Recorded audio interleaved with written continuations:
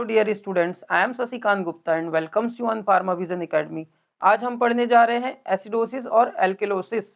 तो ये दो टॉपिक जिसमें एसिडोसिस एंड एल्किलोसिस, हमारी बॉडी का पीएच जो है वो फिक्स्ड होता है और किसकी वजह से हमारी बॉडी में पाया जाता है बफर सिस्टम जिसका काम होता है हमारे बॉडी के जितने भी extra cellular intra cellular fluids हैं और उस फ्लूइड्स के पीएच को फिक्स्ड करके रखना। नॉर्मल केस में जैसे ब्लड है तो ब्लड का पीएच होता है 7.35 टू 7.45 इसके बीच का। तो 7.35 या 7.45 के बीच में ब्लड के पीएच को मेंटेन रखना बफर सिस्टम का काम होता है। और वो भी बफर सिस्टम में 3 टाइप के बफर सिस्टम हमारी बॉडी में पाया जाता है। फर्स्ट बाइकार्बोनेट बफर सिस्टम, ठीक। इसके अलावा पाया जाता है फॉस्फेट बफर सिस्टम, उसके बाद प्रोटीन बफर सिस्टम। ये 3 टाइप के बफर सिस्टम पाए जाते हैं जो हमारी बॉडी में पीएच को मेंटेन करके रखता है। तो नॉर्मल केस में जैसे यूरिन का पीएच है, सीमेन का पीएच है, ठीक, सलाइवा का पीएच है, ये जितना होना चाहिए उसको फिक्स्ड करके रखता है। लेकिन जब हमारा बॉडी किसी पैथोलॉजिकल स्टेट को सफर करता है उस केस में हमारी बॉडी का पीएच चेंज हो जाता है। तो पैथोलॉजिकल स्टेट में 2 कंडीशन होता है।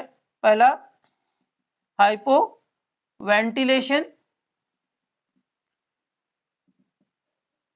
हाइपोवेंटिलेशन जिसमें हमारी ब्रीदिंग कम हो जाती है, लेस ब्रीथ।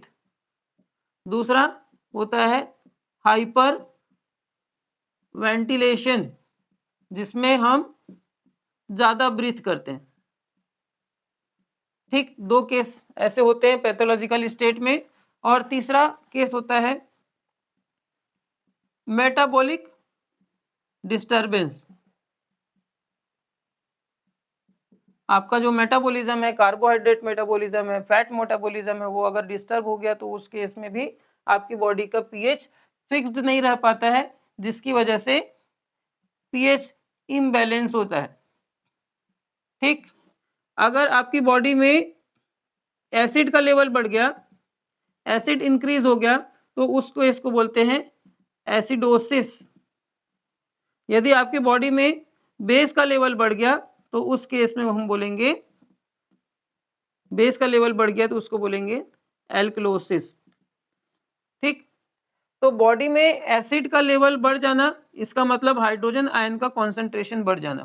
तो नॉर्मल हाइड्रोजन आयन कॉन्सेंट्रेशन कितना होता है वो आपको मैं पूरा डिटेल में बताऊंगा। नॉर्मल पीएच कितना होता है हमारे ब्लड का वो पूरा डिटेल में बताऊंगा। तो कुछ कुछ कॉन्सेंट्रेशन है उसको आपको लिखना है, ठीक। तो वो कॉपी पेन निकाल के लिख सकते हो आप लोग। तो जिसमें फर्स्ट है hydrogen ion concentration. Hydrogen ion concentration होता है 40 मिली इक्विवेलेंट पर लीटर, ठीक। हाइड्रोजन आयन कॉन्सेंट्रेशन लिख लो। बाइकार्बोनेट आयन कॉन्सेंट्रेशन लिख लो। बाइकार्बोनेट आयंस का कॉन्सेंट्रेशन होता है 24 milli equivalent per litre. Carbonic acid H2CO3 इसका होता है 1.2 मिली इक्विवेलेंट पर लीटर, ठीक। ये नॉर्मल कॉन्सेंट्रेशन है। हाइड्रोजन आयन कॉन्सेंट्रेशन अगर बढ़ गया, 40 से ज्यादा हो गया, तो उस केस में एसिडोसिस हो जाएगा। बाइकार्बोनेट आयन कॉन्सेंट्रेशन बढ़ गया तो उस केस में एल्कलोसिस हो जाएगा, ठीक। कार्बोनिक एसिड का कॉन्सेंट्रेशन नॉर्मल बढ़ गया तो उस केस में एसिडोसिस हो जाएगा। तो ये 3 केसेस है जिसमें हाइड्रोजन आयन कॉन्सेंट्रेशन अफेक्ट करता है, जिसका अफेक्ट आपके ब्लड के पीएच पे पड़ता है, ठीक। तो नॉर्मल ब्लड का पीएच 7.35 टू 7.45 होना चाहिए।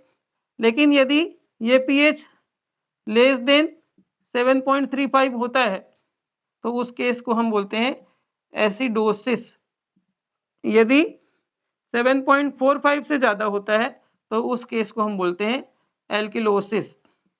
7.45 मतलब बेसिक पीएच, बेस बढ़ जाएगा, और एसिडोसिस के केस में एसिड का लेवल बढ़ जाएगा।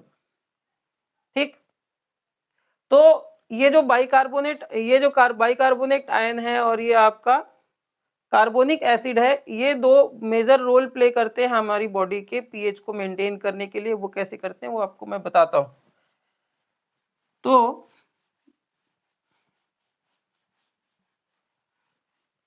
हमारी बॉडी में वाटर और कार्बन डाइऑक्साइड आपस में मिलकर के बाइकार्बोनेट बनाता है, H2CO3, इसको बोलते हैं बाइकार्बोनेट। ठीक, और ये आगे कन्वर्ट होता है, सॉरी ये कार्बोनिक एसिड है, कार्बोनिक एसिड, ये आगे कन्वर्ट होता है, एनाइज होता है हाइड्रोजन आयन में और बाइकार्बोनेट आयंस में, hydrogen ion and bicarbonate ions. ठीक, तो दो केस मैंने आपको बताया था। हाइपोवेंटिलेशन के केस में आप ब्रीदिंग कम लेते हो, तो ब्रीदिंग कम होने की वजह से क्या होगा? ब्रीदिंग कम होने की वजह से आपके ब्लड में जो कार्बन डाइऑक्साइड है उसका अमाउंट बढ़ जाता है। ठीक, कार्बन डाइऑक्साइड का अमाउंट बढ़ जाएगा, तो कार्बन डाइऑक्साइड का अमाउंट बढ़ने की वजह से आपकी बॉडी में जो वाटर है वो आगे चल के किस में बदलता है? कार्बोनिक एसिड में, और वो कार्बोनिक एसिड का आयनाइजेशन होता है हाइड्रोजन आयन में और बाइकार्बोनेट आयन में। तो बाइकार्बोनेट हाइड्रोजन आयन में कार्बोनिक एसिड बढ़ रहा है, मतलब उसका जो नॉर्मल लेवल है M1.2 इक्विवेलेंट पर लीटर उससे बढ़ेगा, और वो हाइड्रोजन आयंस भी बढ़ाएंगे, और अल्टीमेटली उस आपके ब्लड का पीएच हाइड्रोजन आयन की बढ़ जाने की वजह से आपके ब्लड का पीएच घटता है, जिसके इसको बोलते हैं एसिडोसिस। ठीक, ब्रीदिंग आप कम ले रहे हो, कम ऑक्सीजन ले रहे हो, कम कार्बन डाइऑक्साइड रिलीज कर रहे हो, उस केस में आपके ब्लड में कार्बन डाइऑक्साइड का लेवल कम हो जाता है। ठीक, दूसरा केस है हाइपर वेंटिलेशन। हाइपर वेंटिलेशन के केस में मोर ब्रीदिंग, ज्यादा ब्रीदिंग करते हैं तब क्या होगा? ज्यादा ब्रीदिंग करोगे तो ज्यादा कार्बन डाइऑक्साइड रिलीज होगा, हमारे ब्लड में कार्बन डाइऑक्साइड का जो नॉर्मल लेवल होना चाहिए उससे कम हो जाएगा। ठीक, नॉर्मल लेवल अगर जितना चाहिए उससे अगर कम हो जाएगा तब क्या होगा? हमारे बॉडी में ये जो इस डायरेक्शन में केमिकल रिएक्शन चल रहा था जिसकी वजह से एसिडोसिस हुआ था, ये कार्बोनिक एसिड का केमिकल रिएक्शन का डायरेक्शन चेंज हो जाएगा। मींस कार्बोनिक एसिड किस में कन्वर्ट हो जाएगा? H2CO3 converts into hydrogen ion plus CO2। तो ये पूरा केमिकल रिएक्शन का डायरेक्शन चेंज हो जाएगा। मींस अगर हाइपर वेंटिलेशन करते हो, कार्बन डाइऑक्साइड की कमी आती है, तो केमिकल रिएक्शन का डायरेक्शन पूरा उलट जाएगा। Means hydrogen ion bicarbonate ion के साथ मिलकर के कार्बोनिक एसिड बनाएगा, और कार्बोनिक एसिड क्या बनाएगा? वाटर एंड CO2, और वो जो CO2 का लेवल कम हुआ था उसको वो वापस से ठीक करेगा। इस डायरेक्शन में अगर बात करें तो इस डायरेक्शन में चलेगा तो एसिडोसिस होगा, और इस डायरेक्शन में केमिकल रिएक्शन होगा तो एल्केलोसिस। ठीक, अब ज्यादा कार्बोनिक एसिड, जितना बहुत ज्यादा कार्बोनिक एसिड H2O और CO2 अगर बनाता है, उस केस में फिर से अगर CO2 का लेवल बढ़ गया, ठीक, उस केस को हम बोलेंगे एल्केलोसिस। ठीक, तो ये जो साइकिल है वो कंटिन्यूस हमारी बॉडी में चलते रहता है। मींस कार्बोनिक एसिड आयंस में बदलेंगे, H आयंस और HCO3 आयंस में, और वो कम या ज्यादा होने के केस में वो एक दूसरे को बैलेंस करते रहते हैं। ठीक, एक चीज और, एसिडोसिस के केस में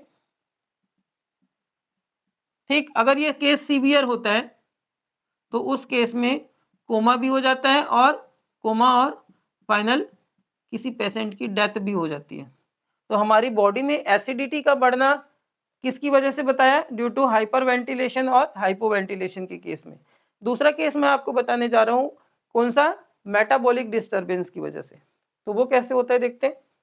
तो मेटाबॉलिक डिस्टर्बेंस में हमारी बॉडी, हम जो जो चीजें लेते हैं उसमें सबसे ज्यादा इंपॉर्टेंट है वो है कार्बोहाइड्रेट। ठीक, कार्बोहाइड्रेट में होता है पॉलीसेकेराइड्स, पॉलीसेकेराइड्स कन्वर्ट होता है ओलिगोसेकेराइड्स में, फिर वो मोनोसेकेराइड्स, और मोनोसेकेराइड्स का ग्लाइकोलिसिस पाथवे में जाने के बाद क्रेब्स साइकिल एटीपी जनरेट होगा, एटीपी बर्न होगा, उससे एनर्जी मिलेंगी कैलोरीज में, और वो एनर्जी हमारे बॉडी के सेल्स को एक्टिवेट रखने में या एक्टिव रखने में या नॉर्मल फंक्शन करने में हेल्प करता है। ठीक है, तो दूसरा केस मैं आपको बता रहा हूं, मेटाबॉलिक केस। तो कार्बोहाइड्रेट के मेटाबॉलिज्म से क्या बदलता है? एसिड। ठीक, जैसे pyruvic acid, glycolic acid, citric acid, ये सारे एसिड्स हैं। ठीक, इसके अलावा फैट के मेटाबॉलिज्म में फैटी एसिड्स, प्रोटीन के मेटाबॉलिज्म में ये कन्वर्ट होता है एमिनो एसिड्स में।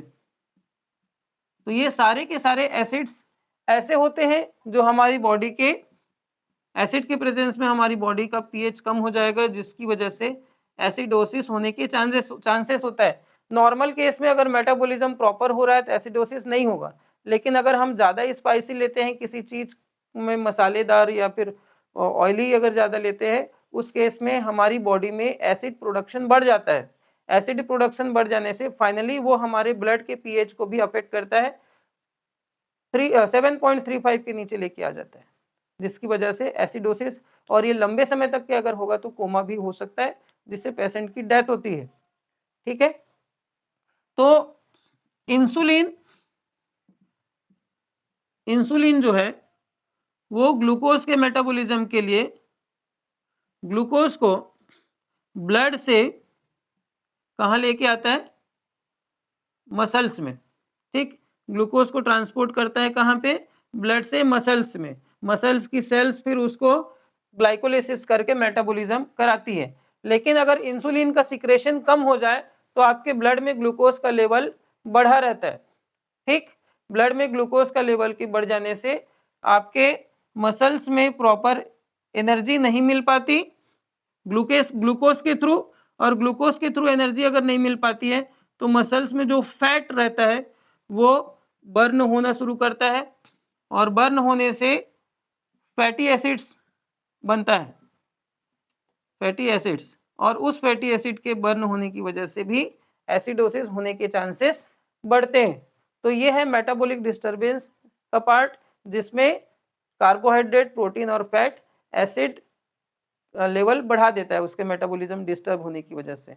और मेटाबॉलिज्म ज़्यादा अगर मेटाबॉलिज्म होगा तो ज़्यादा एसिड बनेंगे, यदि कम मेटाबॉलिज्म होगा तो एसिड का लेवल कम हो जाएगा, और जब एसिड का लेवल कम हो जाएगा उस केस को बोलते हैं एल्कलोसिस। क्लियर है? Thank you so much for watching. Next video में हम नए लेक्चर के साथ, नए टॉपिक के साथ मिलेंगे। Have a nice day.